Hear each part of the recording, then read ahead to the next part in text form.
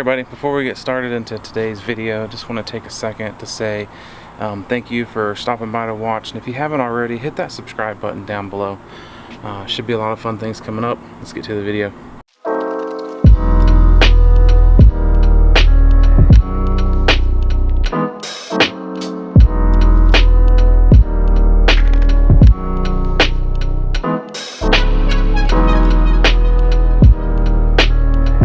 So while we're out here today, I kind of want to take a quick second to talk about GoPros and how I use them. I feel like over the years I've learned some little tips, like things that don't work and things that do work. And for me, I always like to have two angles in the boat. Of course, I always wear a chest cam, and the biggest reason is you get that first person point of view as well as audio. It's key to have something close to you so that you can hear if you catch something or you have something you want to say, versus using like my GoPro in the back. If I didn't have some kind of a mic system that would communicate to that GoPro, it would be hard for you to ever hear what I say. So having this one here is pretty key. Also, I like to have two point of views because, you know, of course, if I'm casting and I'm going down the bank or I'm doing something, chances are this GoPro will always be pointed in the direction of what I'm doing. So if I make a cast, you're going to see where I'm casting to. If I'm throwing a top water and a fish blows up, you should be able to see that better. But sometimes it's nice to have a broad picture of everything you see. So instead of, you know, I cast to this little brush and the fish blows up on it, I can pan back to that camera and kind of show the whole thing. You know, me fighting the fish in, kind of what the rest of the bank looked like where I was fishing at. It just gives a better perspective on what's going on around me, and I feel like that's pretty key. So I kind of want to talk about some of the things that I've learned with GoPros and kind of what has worked and what hasn't worked. And the biggest problem with GoPros, in my opinion, is battery. Battery is something that you fight with a GoPro pretty much the time you have it. Like it's always not enough battery. If you're out here and you're recording all day, you're gonna go through batteries like crazy. So a couple things I've found that has helped is something like this. So this is a extended battery pack. I bought it off Amazon. I think at the time when I bought it, it was like 40 bucks maybe. They don't sell them anymore. This is a GoPro Hero 3 Black, and to me, the best GoPro out there. It or a Hero 4.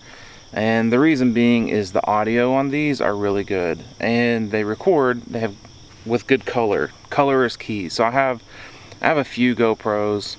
The Hero 3 White has like a white kind of overexposed look to it, and it just doesn't look as good as the Hero 3 Black. The black has a lot more depth color, so it just makes the image look a lot better. And then I have a Hero 5 here, which is a great camera, but the audio is garbage. I mean, you can't use it for something like this. It's just trash. I don't know what GoPro was thinking when they did that, but it's just almost unusable as a chest camera. Also, some of the struggles with the Hero 5 and the Hero 6 is you can't use an extended battery unless you want this battery pack that mounts to the side and you have this big old GoPro now strapped to your chest. So I never liked that concept. I always thought this was better, so I've stuck with this. I'll be sad the day that this goes out because it's been a great GoPro. I've used it now for 4 or 5 years. Taking it all over the country, so it's been a great camera. But you know, speaking of the Hero Black, I don't want to make it sound like it's not all that it's set out to be, because it has some things that this camera does not that are key features. And what it can do is it can shoot in 120 and even 240 frames per second at 1080p.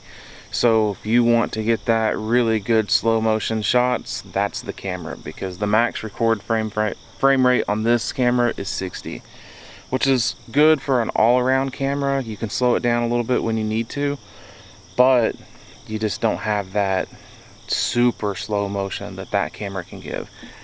And the color on that camera is also, I would say, equally as good with this one. So like I said, I put an extended battery pack on this. That kind of solved my problem. Gave me about a half a day of recording that I can get on this camera. I'll kind of show you what I did on the Hero 5 to kind of make it a little bit better. So we'll come back here. So I always just took my camera and I rigged it on this pedestal seat. I mean, they make like the YOLO Tech and stuff like that, but my problem was the YOLO Tech does not have a built-in battery, so I still would have to have some kind of system to make it power all day long. What I've done is I have this battery pack here. Just I think you can get that at Walmart or Walgreens for like 20 bucks. It's just a regular battery pack. I plug my USB cable into the top, run it around, and I plug it into the GoPro. So now the GoPro can record most of the day without any problems. I can take that off, I take it in, I charge it, and then I just plug it up, and it's always wired directly, so I have plenty of battery throughout the day. So one thing I will say about using this camera here is a lot of times this camera is just set out here and it's just thrown and exposed to the sun all day. This one has a little bit of shade, you know, from my head and stuff that's kind of keeps the sun off of it most of the time, but this camera doesn't. It's just always out here. Probably one of the biggest investments I can say that if you want to have a decent looking image back here from this GoPro is to invest in an ND filter. So basically this is just a little filter that pops over your GoPro, and it's basically sunglasses for your GoPro. So now when that GoPro's out here and it's just blazing to the sun, you have this sunglass protector that goes over your lens. It'll darken it down a little bit. It'll make those colors pop. You know, you ever put on polarized sunglasses and you can see everything's greener. It just is a lot better picture. The best investment you can get if you have a GoPro. It will make your footage just 10 times better. Can't say enough about them. I just pop right back on there. It's pretty easy. Just snaps on. You're good to go.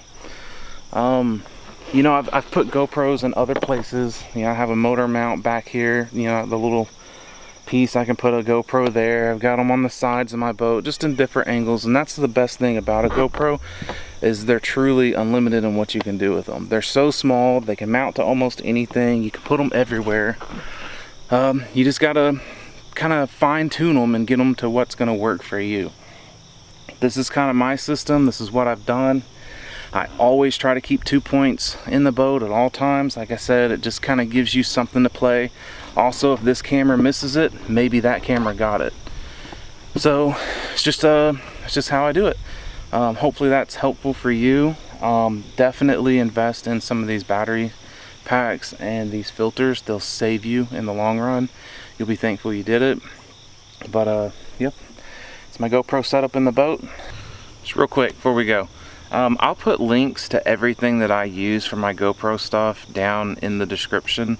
Where to get these ND filters. You know, they're not very much. I think I paid less than $20-30 for these, and it comes with like a pack of 4 or 6, something like that. But anyways, I'll link everything down below, so if you're interested in checking any of this out, the battery packs, the filters, you know, if I can find the battery pack and stuff for this, I'll do some searching. I'll have everything down below, so you can check it out and kind of see what's out there and kind of exactly what I use. So look down below if you're interested, and thanks again for watching.